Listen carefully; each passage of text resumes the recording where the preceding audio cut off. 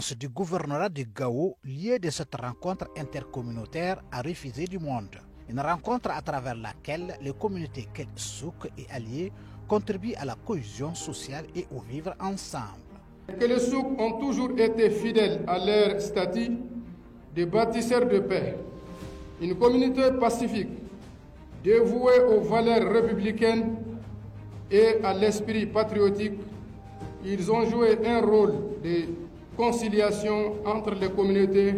Ainsi, la communauté Kel Souk estime que pour consolider les efforts et sacrifices consentis par les hautes autorités sous le leadership de son Excellence le général d'armée Assimi Goïta, président de la transition et chef de l'État, chaque communauté et chaque citoyen doivent apporter leur pierre à l'édifice pour construire un Mali courant, un Mali nouveau.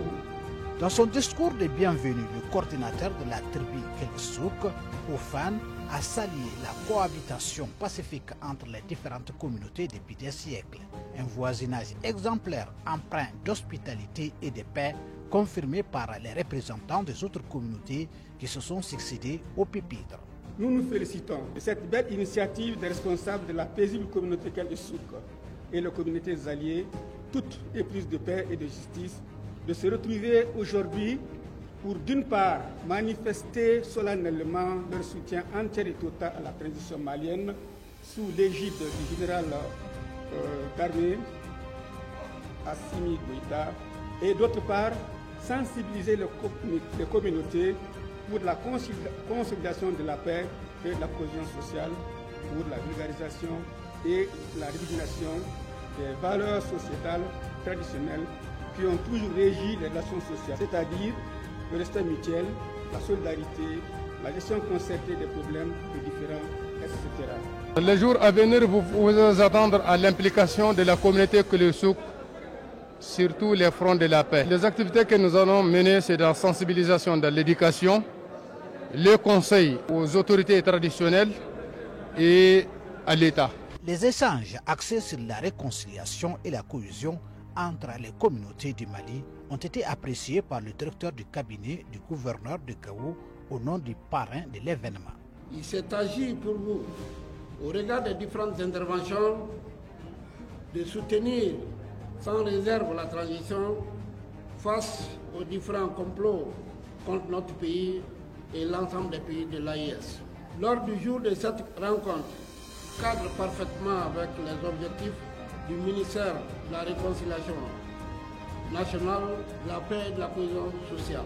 La rencontre, qui avait commencé par une lecture du Coran, a pris fin par une remise de cadeaux, dont un tableau et un sabre pour le ministre en charge de la réconciliation, le général du corps d'armée Ismaël Ouagé, parrain de cette rencontre intercommunautaire.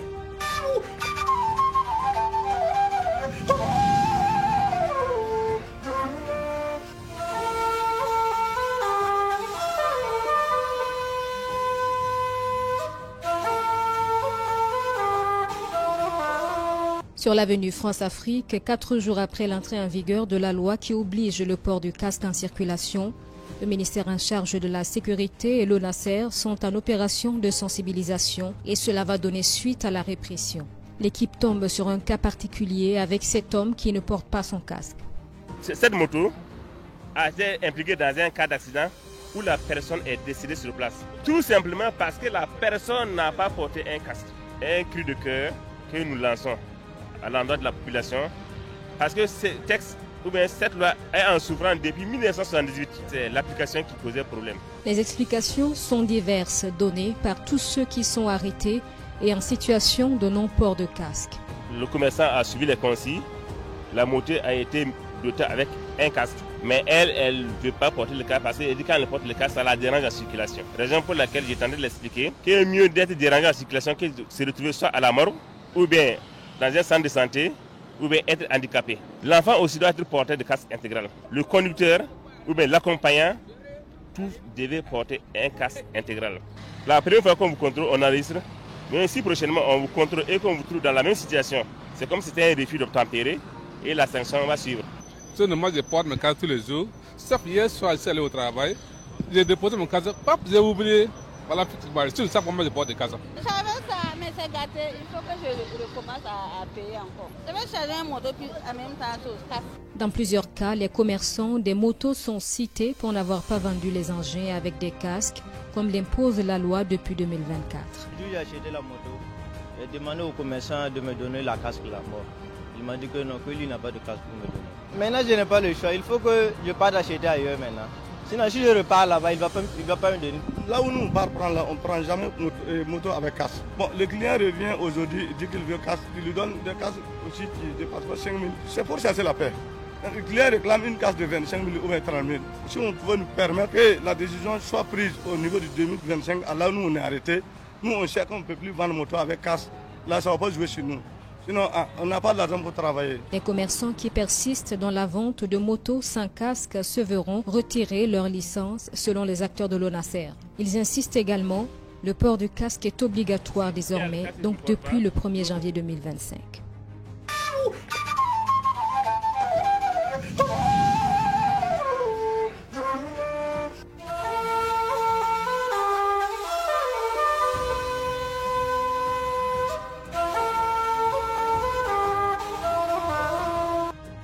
Prêts pour défendre la patrie, ces VDP font ici le rassemblement pour une mission de ratissage.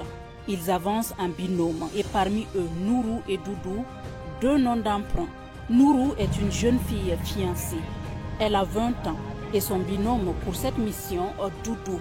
La cinquantaine bien sonnée, 3 femmes et une dizaine d'enfants, 2 profils différents, avec la même passion, celle de défendre la patrie. Je suis devenue VDP pour défendre la patrie. Et au début, tout le monde me disait que tu es devenue VDP, est-ce que ça ne te dérange pas? Je dis non, non, c'est mon choix. Donc eux-mêmes m'encouragent beaucoup. La famille, ça va. Avec mon fiancé, bon, il m'encourage aussi. Tout le monde me félicite, il m'encourage. Les gens me disent du courage à toi, ma fille. Je dis merci. On a vu, les gens sont en train de récupérer notre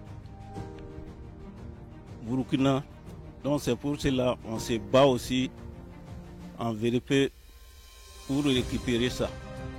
C'est ça qui nous a amené à être VDP.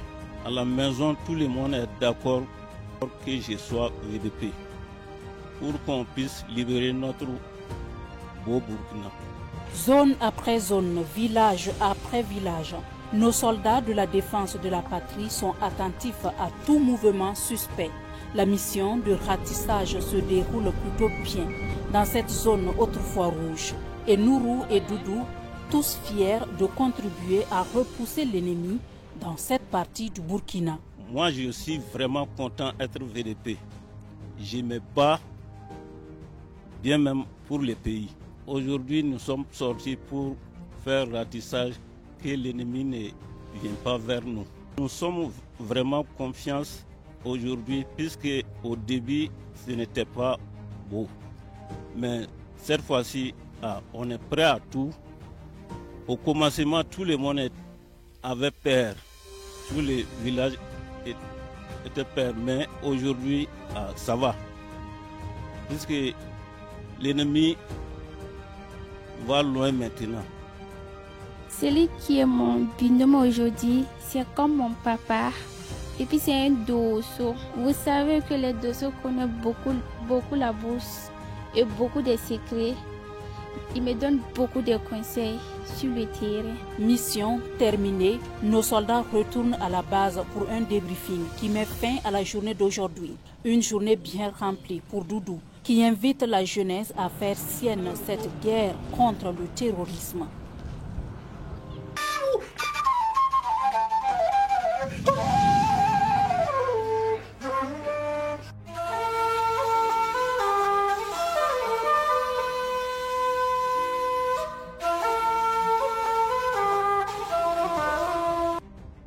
La patridie est la situation d'une personne que l'État ne reconnaît pas comme son ressortissant. Sans lien juridique avec l'État, la patride perd ainsi ses droits les plus élémentaires, notamment le droit d'établir une pièce d'identité, avoir un acte de naissance, ouvrir un compte en banque, le droit d'aller à l'école et même le droit à la nationalité.